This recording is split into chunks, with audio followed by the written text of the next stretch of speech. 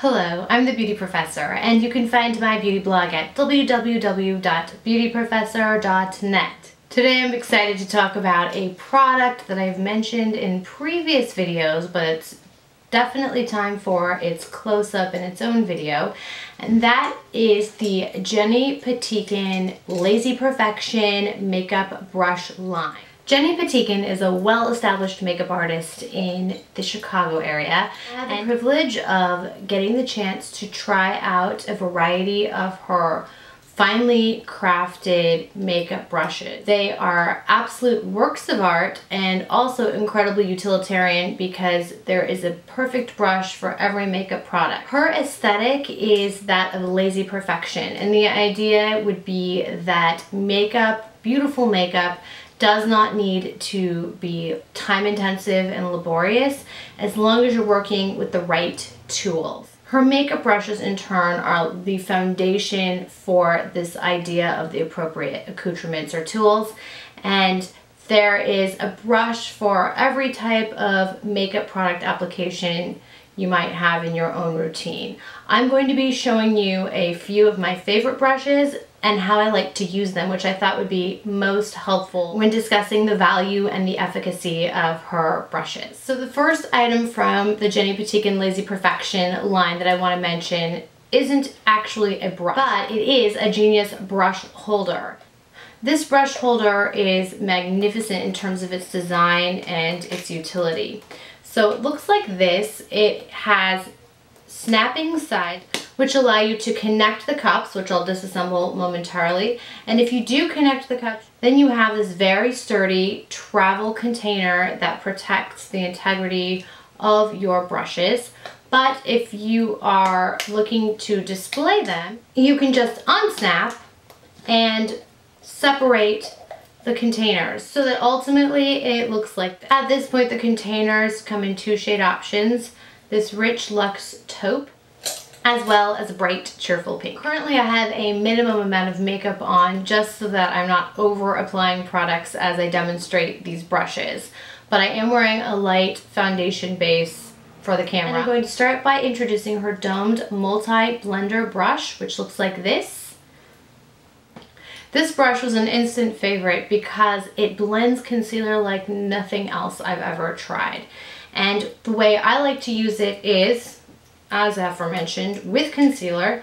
I'm going to just go ahead and apply a sweep of one of my favorite concealers. It's always in my makeup bag. It's the Cle de Peau Classic Concealer, and I wear it in beige for most of the year. And I'll just go ahead and sweep the concealer under my eyes, and then I'll show you how this brush just blends things out so nicely. Just gonna take the tip of the brush, it's so soft, and just kind of with light tapping motions. I'm not applying very much pressure at all.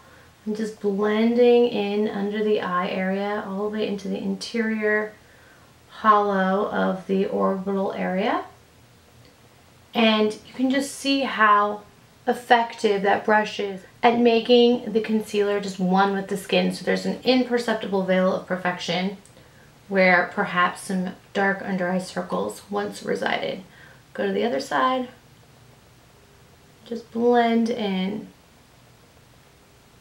I love the fact that this brush is dense enough to really evenly distribute the concealer or whatever product you would choose to use. And because it's a blender brush, you could use this with eyeshadow as well, of course, but like I said, concealer is just my favorite product to apply with this brush because it does such a good job of blending.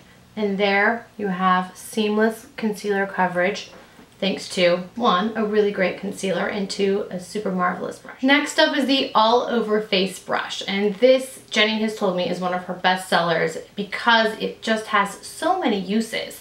It's got beautiful white bristles that are placed on an angle so that you can use this for contouring, for blush application, to blend in foundation, or to add a veil of powder. The bristles are soft enough to even place powder on the face very delicately.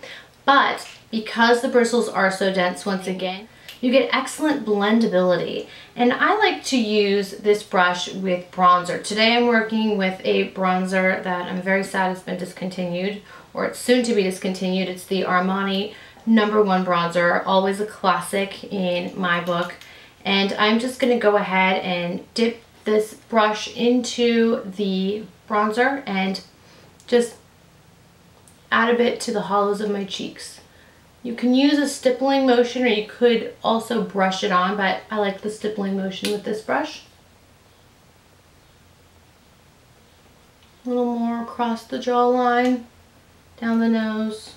These are all the areas I like to apply a little warmth or contour. And we're good. This brush just distributes the product evenly and very effective. Another brush in her line that I love to use very quickly in the morning is her angled brow brush. This is just a beautiful, very powerful little brush when it comes to distributing brow product. Today I'm going to be working with the By Terry Eyebrow Mascara, and I'm just going to be sweeping it on. Now, even though this eyebrow mascara, which is a staple in my makeup bag, comes with a spoolie brush for application, it's not enough in and of itself in terms of blending for my liking. So I need a good eyebrow brush to get into the root. I don't want to press too hard with the mascara wand here of the eyebrow mascara because it is so drenched in pigment that it could create a big splotchy mess. So I just go very lightly, and then I'm going to go ahead and clean it up with the angled brush.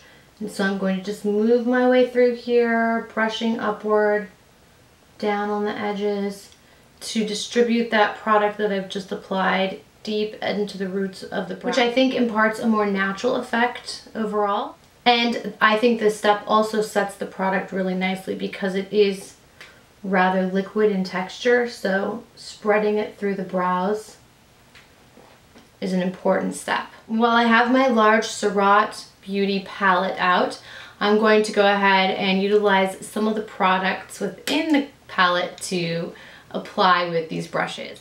Right now I'm using the eyeshadow basics brush to go over my eyes. I have a light base of some Ellis Foss Light, that's literally its name. It's kind of a silvery platinum shade, and that's likely mixed with some very residual eyeshadow from probably 12 hours earlier. It's been a long day.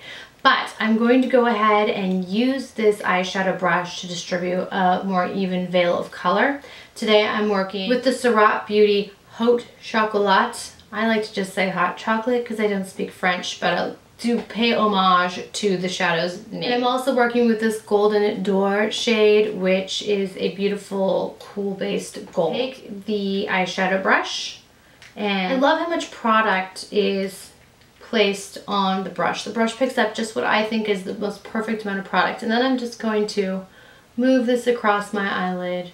I'm a big fan of a single wash of color, though yes, I've been getting a little more creative lately with multiple shades. But of course I'll start with a wash first. And this Haute Chocolat shade is just beautiful. A very bronzed brown that I think would flatter and complement any eye color.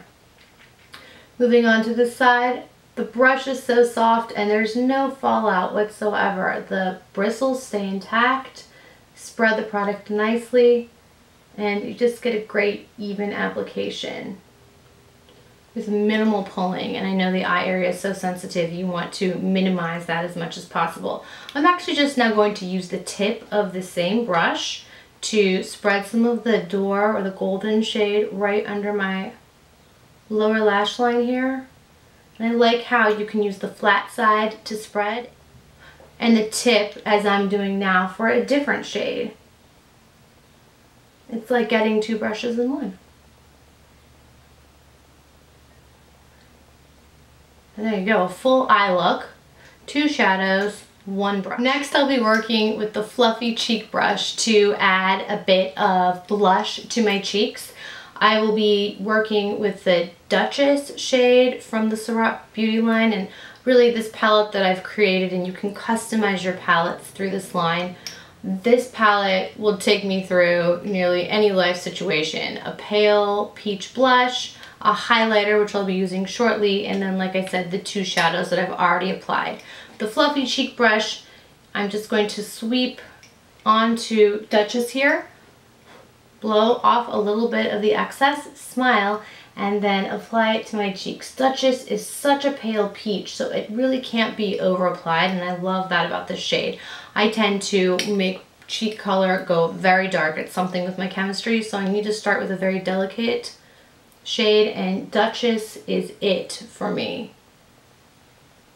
Just brightens up the face without making a statement, and I think that aligns nicely with Jenny Patinkin's whole Lazy Perfection aesthetic. Finally, and I am indeed making the most of this palette for this video, I'm going to be working with the Kitten-Paw multi-brush.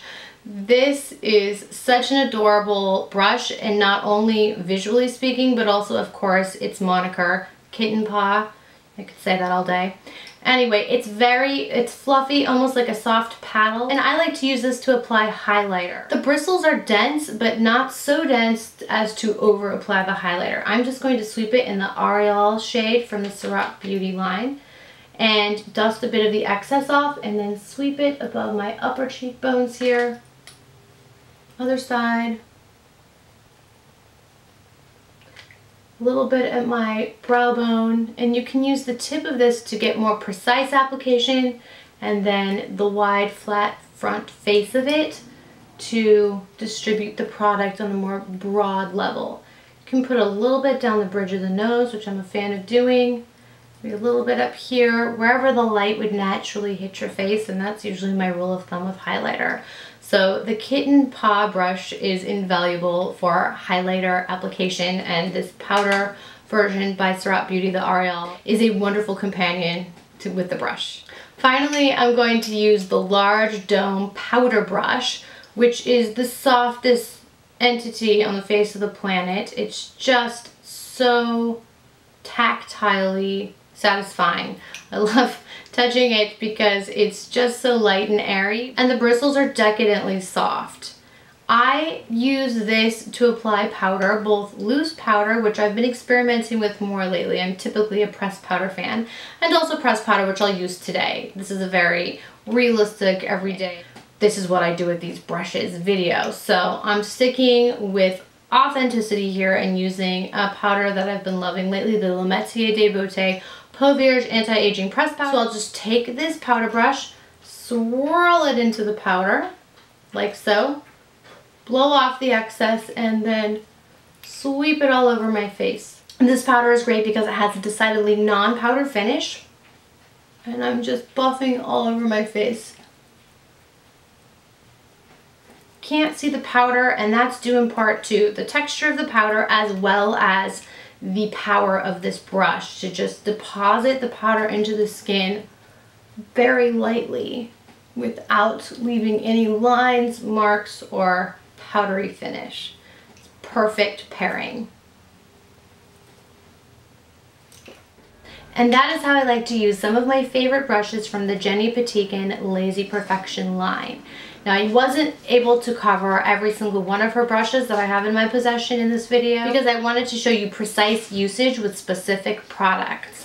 But I will have images of all of the brushes that I have from her line on my blog, as well as an extended write-up on those brushes. So as I mentioned before, Jenny Patinkin's Lazy Perfection line definitely resonates with me. The fact that you can create a full face with very carefully edited and curated products while still coming out of the experience looking natural and fresh, just like the best version of yourself, is definitely appealing, and I love that her brushes allow me to make that happen. I would say that perhaps the only thing softer and fluffier than Jenny Patinkin's brushes would be Jethro, my pup, and he's excited to make his debut on my YouTube channel this very moment. Say hello. I hope you enjoyed this video. I welcome your questions and your comments, and please do not forget to visit us at my beauty blog, Beauty Professor, which can be found at www.beautyprofessor.net. Take care.